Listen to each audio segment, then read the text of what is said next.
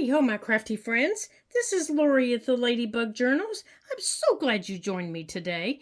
So, I finally got Hey Diddle Diddle finished, and I wanted to do the final flip through with you real quick so that you could see all the final touches that I did.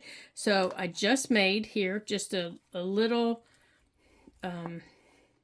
dangle, and I didn't put it on the spine. I kind of clipped it right here a little on the inside of the spine, because when it sits on the bookshelf, I don't want this. I want you to be able to take this off. And we had glued this, remember we had glued this, and I didn't want it up here because it pulls that down. So I just glued it, I just pinned it right here, and it'll come off. It's just on here with a bulb pin. So you can just take this off and pop it off. And here's what it looks like. It's just got some ribbons and some lace, of course the ladybug. And then there's some little charms that match the little icons in the book. There's the moon and a little key that goes with one of the little rhymes in the book, and there's the ladybug.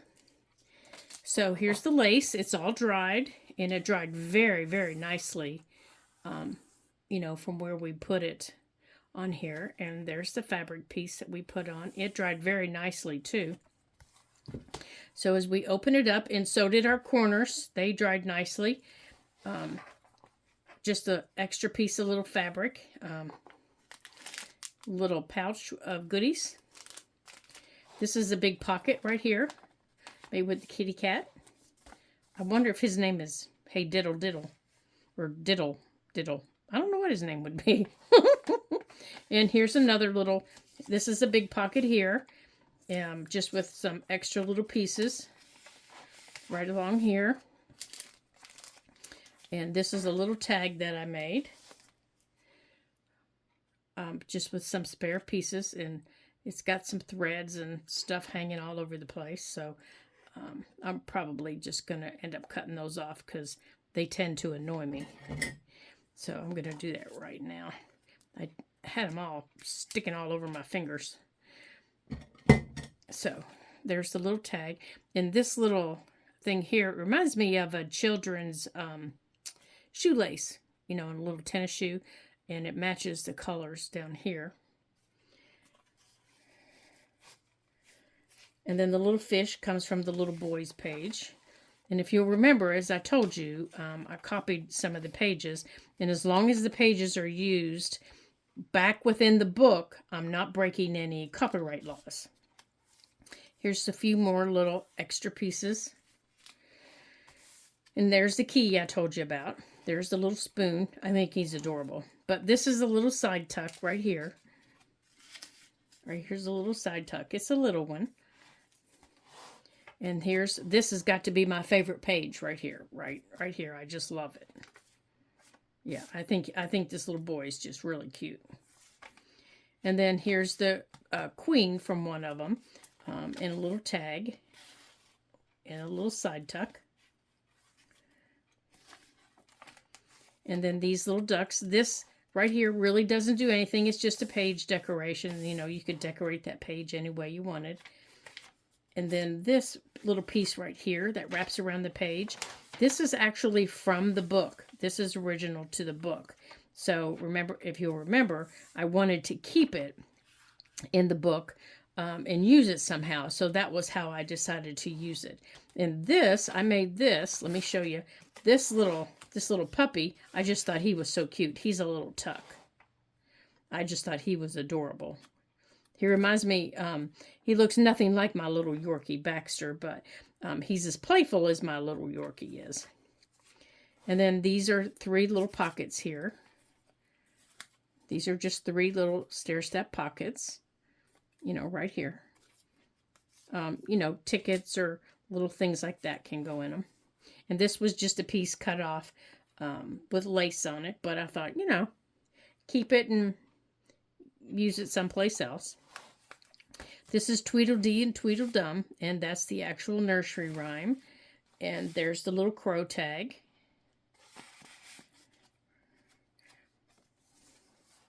And here's another. This is actually a double pocket. Here's a big pocket here, and then underneath here's a pocket. Here's a pocket under here, and then here's a pocket here, like that. And then this down here is a little pocket right there. So you could put things like this in here, and then you still have that big pocket down there. And then this is another pocket, and that's the kitty cat, and you're going to see him in a minute. And this is the cow jumping over the moon. And this is a really big pocket. It goes all the way back. So it's the whole side of the page. And then here's another one of those strips I was telling you about that I like to sew on. Remember, I always tell you to save those strips. That's why. Just an extra piece of paper. And this is mixed media paper. You know, you could paint on it, draw on it, whatever you want to do. There's that key again, and it's just a little double folded pocket out. Good gracious. There's the little girl. You're going to see her in a minute, and a tag. Here's a little pocket here. Well, come on, Ruffle. Get in there. Right there. Plus the little pocket over here, where she was. Okay, and then here is two little tucks. There's one right here. There's a tuck there, and there's a tuck there. And then this is just a little flip up. Just, whoops, that one didn't get caught in there. Just different pages, pieces of paper that are used, you know, throughout the book. This is actually a copy of the paper that went down the middle, the original paper on the pages. I copied that before I put the original storybook in. I copied that where we did it. I thought that looked really cool. And then here's the little goose, and this is just decorative trim. Here's a big pocket here. And here's the other little goose. And now this is the original story, or the original nursery rhymes. And this paper is very, very fragile. So I've gone through and I've made copies of the original paper that was there to reinforce this a little bit. It's the original nursery rhymes, but this in here is copies of paper. It's the copies that we had in here. I couldn't have the bulk that was there originally, so I had to copy it. Now there are a few, like here in the center, that's fabric, but this is a copy of it. Because I had to get some of the bulk down because this paper was so fragile, it was cracking it. So I had to take it down. But here in the center, right here where I sewed, I needed a piece of fabric so it could sew through. This is paper right here.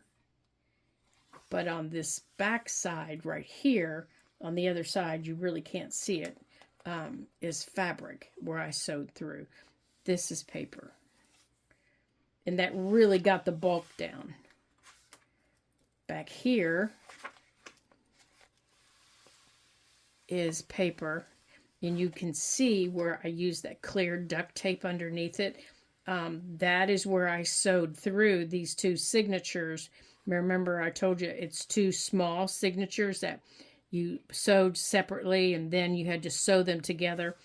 This is the clear duct tape that I was telling you about that was needed to reinforce this first signature. This book was a lot more fragile than I originally thought it was.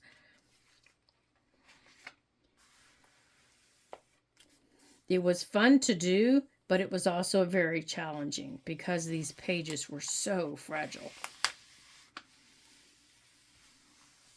I really enjoyed doing it, but as you can see, every time a page was turned, a page was touched, the pages started breaking.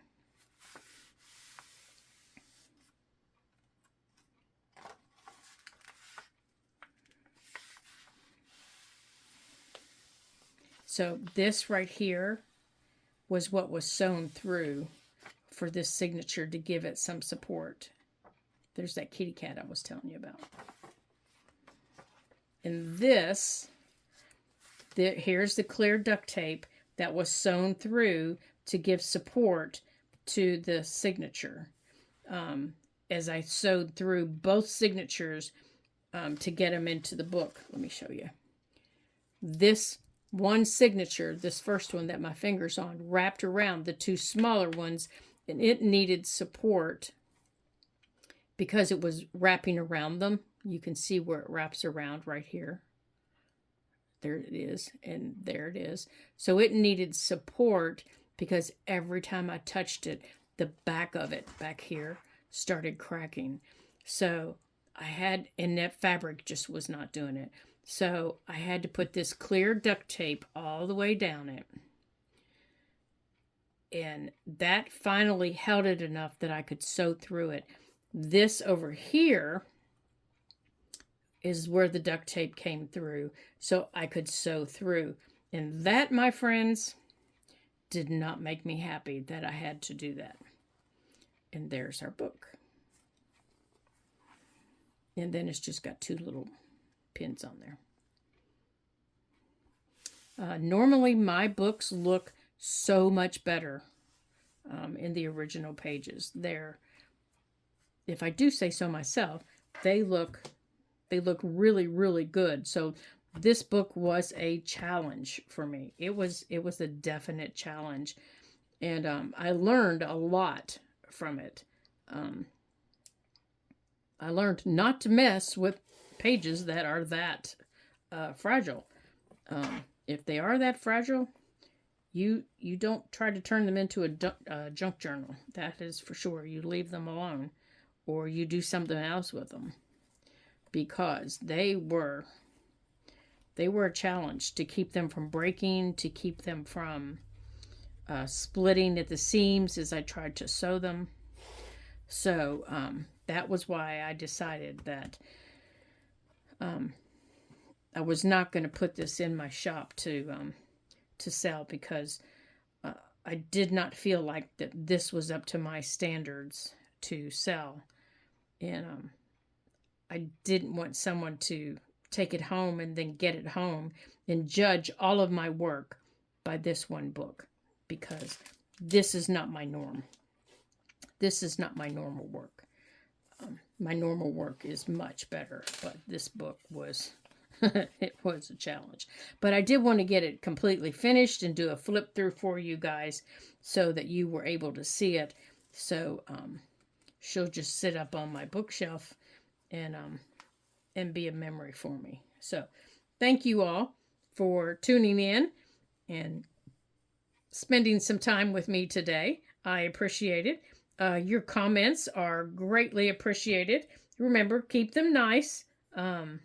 If you have any suggestions on how to deal with book pages that are this old, I welcome them, because, like I said, she was a challenge. She was a definite challenge, and I searched the web for ideas, and they weren't much help. They just kept saying to back them. Well, you can't back them because these are double-sided pages, and I didn't want to ruin the pages, by making copies of them. I wanted to keep them original. So if anybody has any suggestions, any of you guys have any suggestions, then I do welcome your suggestions on how to keep them from fracturing and splitting apart. So until I see you again, my friends, in our next video, ta-ta for now.